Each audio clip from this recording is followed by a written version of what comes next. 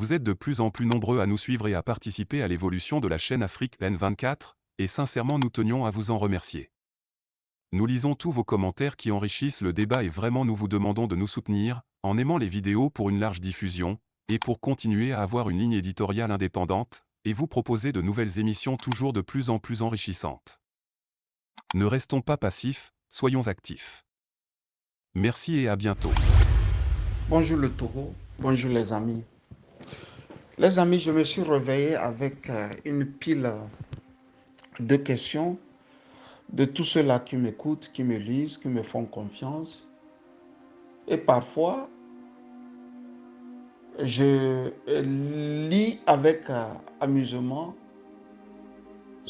tous ceux-là qui me vouent une inimitié. Ceux-là, je peux les appeler mes détracteurs. Dans le monde brutal de la communication, je trouve tout ceci normal.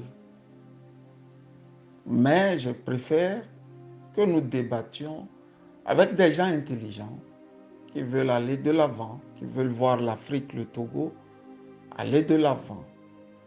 Une question est revenue par 4 fois et par de différents internautes où il disait, ou la question est celle-ci, si vous voulez bien. Est-ce que la France pourra se permettre d'envoyer ses militaires du côté du Togo? Tout de go, j'ai voulu dire à toutes et à tous que le Togo, aux yeux de la France, n'est pas un pays. C'est une propriété. Je reprends. Le Togo, aux yeux de la France, n'est pas un pays, mais une propriété. Leur propriété. Et j'ai eu à lire tout le temps les mémoires de Jacques Foccart quand il parlait de Feu Gnassingbé et Athéna. Dans les mémoires de Jacques Foccart, vous lirez par exemple que Eyadema, parfois un peu dépassé, arrive à dire à la France, si vous ne voulez pas de moi, vous n'avez qu'à me le dire et je partirai tout de suite. Je reprends. Si vous ne voulez plus de moi, vous n'avez qu'à me le dire et je partirai tout de suite. Je pense que les Togolais qui lisent beaucoup ont grandi avec en tête cette phrase qui ne leur lâche plus. D'autant plus que un pays, c'est d'abord ses enfants, sa force humaine qui compose un pays. Et il se fait que nous n'avons pas une force humaine et nous n'avons pas des enfants. Donc il y a une autre force, un autre pays qui nous dit ce que nous allons faire, ce que nous devrons faire et ce qui doit être fait. Fin de course, vous allez remarquer qu'ils n'ont jamais levé le pied quand il s'agit de redonner au Gnassingbé le pouvoir. La France n'aura pas besoin de demander au Togo quand ils veulent venir et comment ils veulent venir. S'ils veulent arriver, eux-mêmes, ils vont dire la ville dans laquelle ils veulent déposer leur baluchon et ce qu'ils veulent faire. Il ne faut pas se masquer. Le plus cocasse dans cette affaire est que toute l'opposition réunie au Togo est francophone. C'est une malédiction, en fait. Quand vous prenez tous les opposants togolais, vous remarquerez que le repère est la France. L'ANC, pourtant, parti qui se revendique du nationalisme togolais, ne porte pas le flambeau comme des nationalistes. Ils sont français, purs et durs. C'est des Français qui assument leur francité à l'ANC. Donc on ne sait rien faire avec eux. Si vous prenez le RPT Unir, le RPT Unir est la fabrique même. C'est la forme aboutie de la France-Afrique. C'est la forme aboutie de la France-Afrique, le RPT Unir. Quand vous regardez les autres petits partis, vous allez remarquer que bon, il n'y a pas un fond terrible que vous voyez au Sahel, par exemple. Et cela s'explique aussi. Les gens oublient très tôt que le Sahélien vit plus dans la souffrance que celui qui est sur la côte. La poussière, la chaleur, ça forme déjà l'esprit guerrier. Ça forme déjà l'esprit guerrier. Donc nous, la nature nous a tout donné sur la côte ouest africaine là-bas. Je veux parler des pays qui ont une ouverture sur la mer. Donc, on oublie des fois. Il faut voir l'Ivoirien faire. Il faut voir le Togolais faire. Il faut voir le Béninois faire. Il faut voir le Togolais, le Ghanéen. Si le dernier pays, le Ghana, a connu des moments où le peuple s'était levé, c'est parce qu'ils ont eu des militaires aussi qui avaient foi au panafricanisme. Nous, on n'a rien hérité de tout ça. On n'a qu'hérité des choses nulles, futiles, quoi. C'est-à-dire les vestiges les plus désastreux de la France-Afrique. Acclamer quelqu'un, faire d'une petite famille le référent, même si la famille là ne vous apporte rien comme valeur ajoutée. Fin de course, ça bousille des générations entières dans des domaines comme la culture, l'économie, l'école, la justice, où on va à l'école et à la fin, bon, on s'en sert pour détruire les autres avec. C'est pour ça qu'un juge au Togo est corrompu, alors que les textes, la loi lui dit le contraire. C'est pour ça qu'un avocat est corrompu. C'est pour ça qu'un officier de police est corrompu. C'est pour ça qu'une petite fille vous corrompt. Elles veulent tout l'argent ici et facilement. C'est ça, la forme aboutie même de la France-Afrique. Et le Togo est le pays dans lequel on a le plus expérimenté cette forme.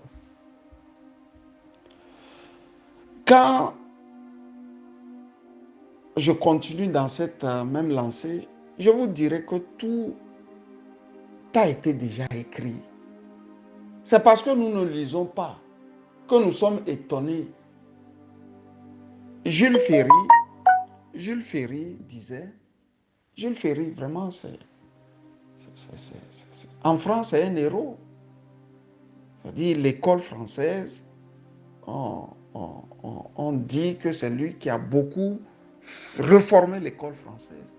Mais il avait le côté esclavagiste. C'était un colon notoire. Un colon notoire, Jules Ferry. Pour Jules Ferry,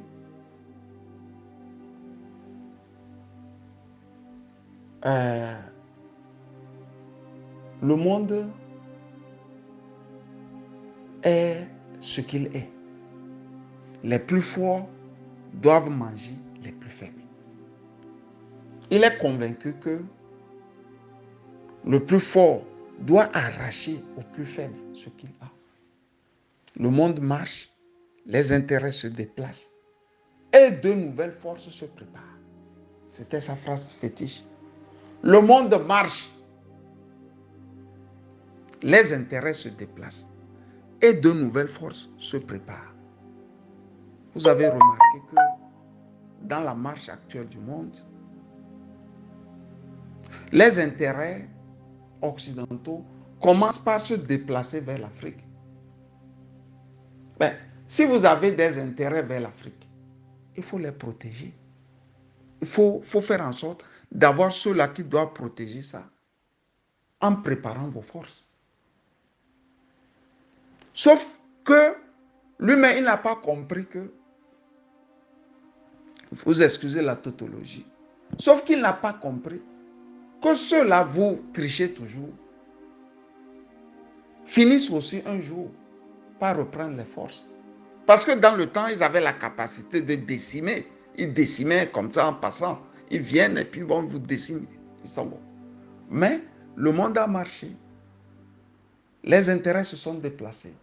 Mais les nouvelles forces qui se préparent ne peuvent plus affronter ceux-là qu'ils décimaient avant aussi facilement.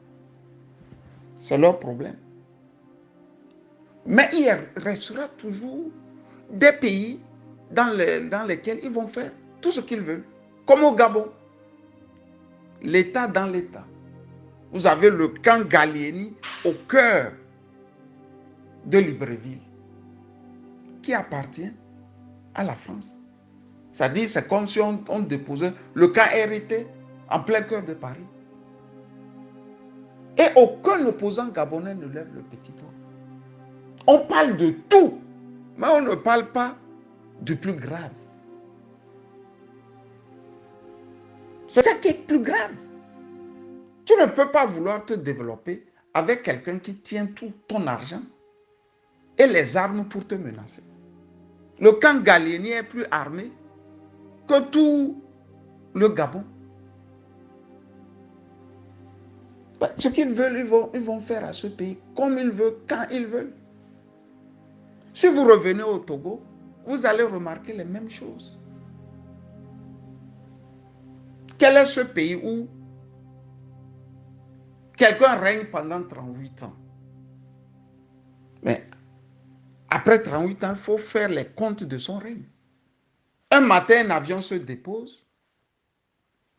Quelques officiers de la DGSE, les services secrets extérieurs de la France, débarquent à Lomé et ramassent tout ce qui est archive. C'est-à-dire tout ce qui est noir entre la famille Gnassingbé et la France. Ils sont venus ramasser. Pour qu'un jour, un autre président, peut-être qui va venir, ne passe pas au chantage. Ce sont des choses que les gouvernements de demain au Togo devraient chercher à comprendre avec les Gnassingbé, les traquer. Dans ce imaginaire, dans ce méli-mélo, dites-moi comment vous pouvez me dire que Faure Gnassingbé peut parler. Il ne peut pas parler. Il a trop d'intérêts à défendre en France. Des intérêts personnels, hein. C'est ce qui est bizarre. Si les intérêts étaient des intérêts des Togolais, on comprendrait. Les intérêts personnels. C'est de ça qu'il s'agit. Cher ami, j'ai voulu te dire en ce début de semaine que ce n'est pas Faure qui dirige le pays. Il y a des gens dans l'ombre qui dirigent le Togo. Lui n'est que là pour les chrysanthèmes. S'il y a à faire le 27 avril, il est là. Et s'il a à faire l'accident de Sarah Kawaseka encore là, il se met tout en blanc et puis bon, il va s'asseoir là. S'il y a à faire, je ne sais quoi, il est là. C'est pour les chrysanthèmes, Faure Gnassingbé. Les vrais qui dirigent le Togo sont tapis dans l'ombre. Ils ne vivent même pas au Togo. C'est ça qui est grave. C'est pour ça que le pays ne peut pas se décoller. Ce n'est pas possible. Le Togo ne pourra pas se décoller. C'est pas possible, quoi. Parce que Faure Gnassingbé en question a une impunité bétonnée. Il a une impunité bétonnée. C'est pour ça qu'il peut vous tuer par milliers. La CPI ne lèvera pas le petit doigt. C'est parce que c'est lui qui ne dirige pas. Si c'est lui qui dirigeait vraiment, les Blancs là allaient le traquer à telle enseigne qu'il lâche le morceau. Et vous remarquez, le premier signe que vous aurez pour comprendre s'ils l'ont lâché ou pas, c'est quand ils vont l'insulter publiquement. C'est quand ils vont lâcher leur chaîne, le mater, le traumatiser. Là, sachez que Faure Gnassingbé a pris sur lui de faire quelque chose de bien pour le Togo. C'est de ça qu'il s'agit. Quand tu es élu, quand tu diriges par le pouvoir du peuple, c'est plus grave. Parce que tu as des ennemis partout. Et tu n'as personne pour te protéger à part le peuple. Et bizarrement, lui, il n'est élu par personne. Et il est bien protégé. Ce qui veut dire que ceux qui dirigent le Togo ne sont pas au Togo. Il y a des forces obscures qui vous dirigent, chers Togolais. Il y a des forces vraiment obscures, tapis dans l'ombre, qui vous dirigent. Qui font des affaires. De l'or, du diamant, du pétrole. Ils vendent de la drogue. Et rien ne se passe. Quand il y a élection, ils vont regarder ailleurs. Quand ils vous tuent, ils regardent ailleurs. Quand ils pillent, ils regardent ailleurs. On ne les menace pas. Je pense la dernière interview que j'ai donnée à faire le professeur Achuti Agbobli, il a été un peu plus clair en disant que si les Gnassingbé ne voient pas le marteau de la CPI sur leur tête, ils ne vont pas flancher. Il faut qu'ils voient le marteau de la CPI sur leur tête. Et au professeur Achuti de continuer. Malheureusement, on va encore attendre longtemps. Le blanc n'est pas bête. Il faut lui donner tout. Je veux et je lance un défi aux journaux togolais. Je veux parler aux médias, que ce soit les radios, la télévision, la presse écrite, de faire en sorte que je puisse avoir un débat avec ceux-là qui sont les débatteurs de New World TV. Débat sur lequel on va parler du panafricanisme versus Faure Gnassingbé. Ça, c'est un défi que je lance. Je voudrais bien. Comme Charlie. Likez la vidéo si ce n'est pas déjà fait. Laissez aussi votre point de vue en commentaire. Abonnez-vous et cliquez aussi sur la petite cloche de notification pour ne rien rater de nos prochaines vidéos. N'oubliez pas de partager aussi la vidéo et de la liker.